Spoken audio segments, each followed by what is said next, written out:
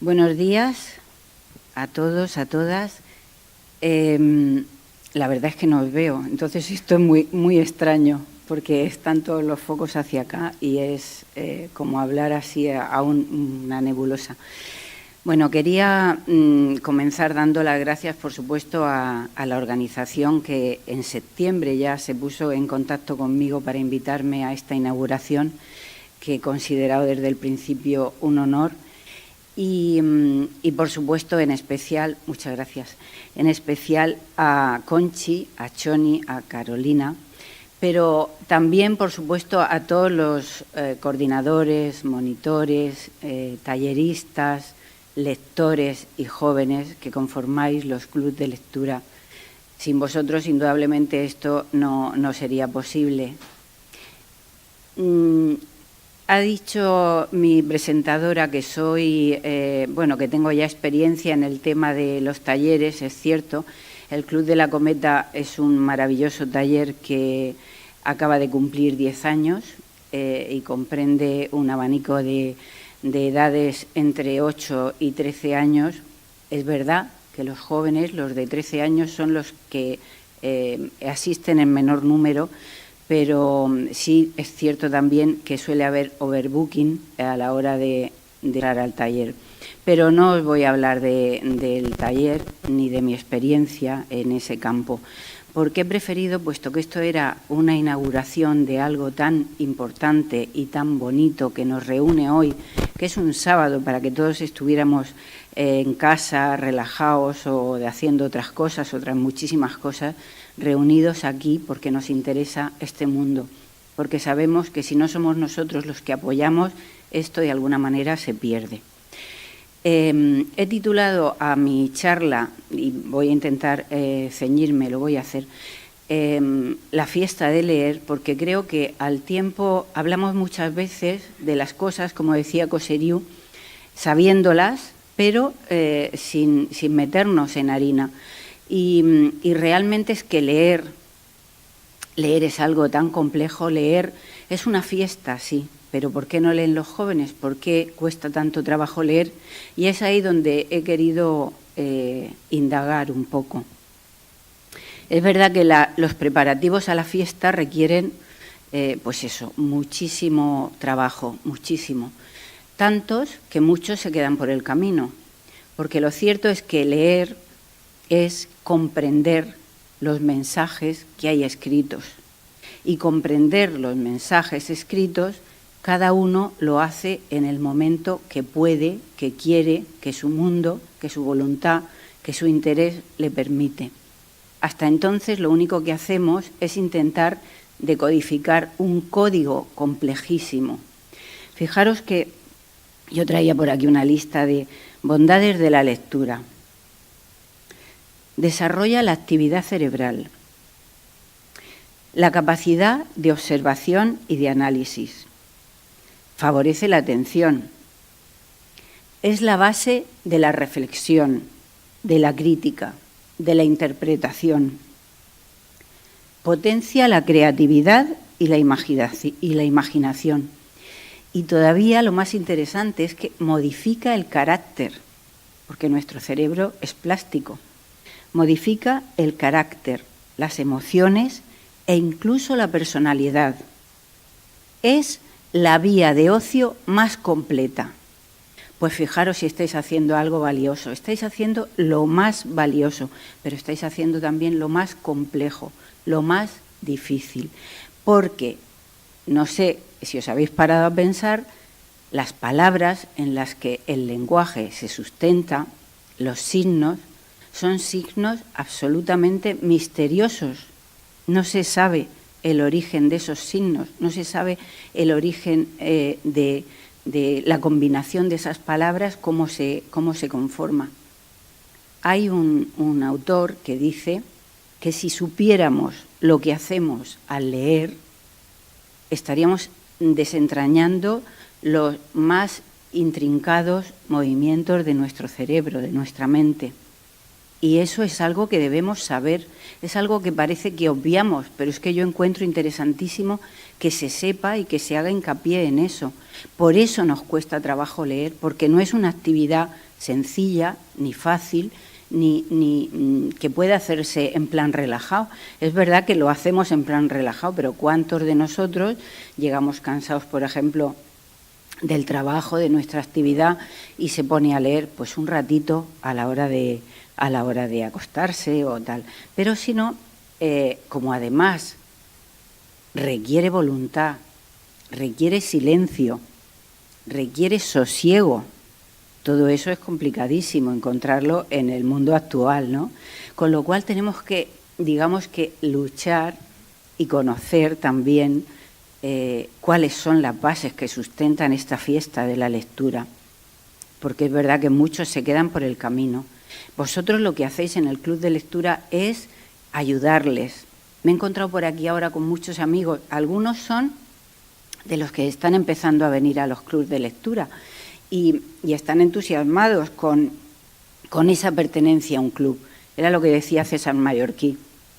Qué bien pertenecer a un grupo, pero es que además estamos haciendo algo importantísimo. Estamos recibiendo un conocimiento que no te da nada. No hay otro tipo de ocio más completo que este, el de la lectura y, por supuesto, si quieres ir un poco más allá, el de la escritura. Porque muchas veces van muy paralelos, pero es verdad que para llegar a eso de la escritura primero tienes que haber sido muy buen lector. Muy buen lector, meter todo como en una especie de alambique y luego olvidarlo. Pues sí, el proceso lector es solitario, particular, íntimo, voluntario, y hay otra cosa, es que no acaba nunca. Estamos siempre aprendiendo a leer. Yo muchas veces les digo a los chavales que soy analfabeta digital, y es que es verdad que hay cosas que en la lectura de lo digital no me aclaro, luego soy una analfabeta. El proceso lector, sea del tipo que sea, no acaba nunca. Por eso estigmatizar a los niños que a los 7 años no leen bien es ponerles un impedimento tremendo a un proceso interno complejísimo, complicadísimo. El lenguaje es misterioso, no sabemos de dónde viene y cómo se formó. Su origen es desconocido, casi mágico.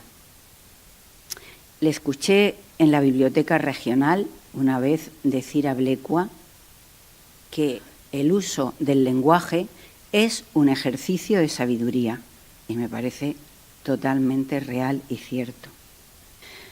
El manejo del lenguaje nos provoca nuevos significados. A esto Rodari lo llamó la reacción en cadena. Él lo explicaba a la hora de escribir. Cuando una palabra nos suena bonita, eufónica, se genera esos círculos concéntricos que ocurren cuando lanzamos una piedra a un estanque y se van abriendo círculos. Así se crean las historias, pues así se crea el lenguaje también. Los avances neurológicos no saben todavía cómo aprendemos, cómo funciona el cerebro. Sí sabemos que hay unos primeros estadios comunicativos que tienen que ver con aprender a decodificar el código secreto que tienen las palabras. Eso es lo que hacemos en el colegio. Luego tiene que ver con la velocidad, cuando vas tomando ese tono y vas conociendo de qué va el lenguaje. Y por último, y lo más difícil, la comprensión lectora, porque leer es comprender, no nos olvidemos. La comprensión lectora tiene mucho que ver con, como decía Octavio Paz, no hay más jardines que los que llevamos dentro. Y es verdad, tú entiendes y comprendes y te gusta lo que tiene que ver contigo. Por eso muchas veces hay libros que otros nos recomiendan que no nos dicen nada. Hasta que no hay algo tuyo ahí, no te interesa. La comprensión lectora tiene que ver con nuestro mundo interior y con lo que el autor nos cuenta de los otros. La lectura, también tenemos que recordarlo, a veces es práctica. Leemos porque necesitamos vivir en sociedad, pero a veces es apráctica. No hay por qué sacarle el jugo a los libros como se hace muchas veces. Escríbeme los personajes, dibújame no sé qué, cómo se llamaba el perro que aparece en la página 22. No, hay que hablar del libro y pasárselo bien con el libro. Leer es un goce y no podemos confundirlo con la literatura práctica, o sea, con la lectura práctica. Porque el lenguaje sí que nos sirve para comunicar, pero solamente la lectura tiene que ver con la comprensión y el goce personal. Tiene que ver con el conocimiento del mundo y con el conocimiento de los demás. Y tiene que ver con mover las cualidades del alma, es decir, aquello tan difícil de mostrar a los demás, tan difícil de palpar, pero que es lo que nos mueve a la lectura y por lo que no queremos que los chicos dejen de leer. ¿Qué podemos hacer nosotros para ayudarles desde los clubes de lectura, desde los talleres, desde las bibliotecas, como mediadores, como profesores? Poca cosa, solamente ayudar. Pero es cierto que el talante del mediador va a provocar mucho al lector y eso es lo importante. Tenemos que poner nuestros medios alrededor, nuestro entusiasmo para provocar la lectura, para hacerles saber que aquello realmente es un tesoro. Hay que proponer herramientas sabiendo que lo que hemos dicho, ni lingüistas, ni pedagogos, ni neurólogos saben realmente qué ocurre, qué pasa cuando leemos y qué podemos hacer. Hay una frase por ahí muy bonita que a mí me gusta mucho, a ver si la encuentro, que dice, luego la encontraré. El arte de leer, como hemos dicho, tiene sus exigencias. Las exigencias son la soledad, el sosiego, la perseverancia, la complacencia, y sabemos que la vida y las nuevas tecnologías van en contra de todo eso, por lo tanto, asistir a esta fiesta cuesta trabajo. ¿Qué técnicas básicas podemos utilizar? Esta era la frase que quería deciros, la dice Borges, y dice, todas las teorías son legítimas. ¿Cómo podemos hacer? Todas las teorías son legítimas, pero ninguna tiene importancia. Lo importante es lo que hacemos con ellas. A mí eso me parece fundamental, porque yo, por ejemplo, he aprendido a leer con la cartilla Palau, que me parece nefasta, pero da igual el método al final sirve si el mediador está mostrando de verdad lo que hay en esa fiesta de la lectura. Sí a la lectura enseñada con imaginación y sentido común, con placentero esfuerzo. Las estrategias, como las que vosotros planteáis en los clubes de lectura, da lugar al desarrollo de las habilidades lingüísticas, que no olvidemos que no son solo la lectura, las habilidades lingüísticas son aprender a escuchar, leer, escribir, interactuar. Hay muchas veces que nos centramos solamente en la lectura, pero es que al final sabemos que todo ese cúmulo de habilidades influye en que luego la lectura sea mejor y más placentera.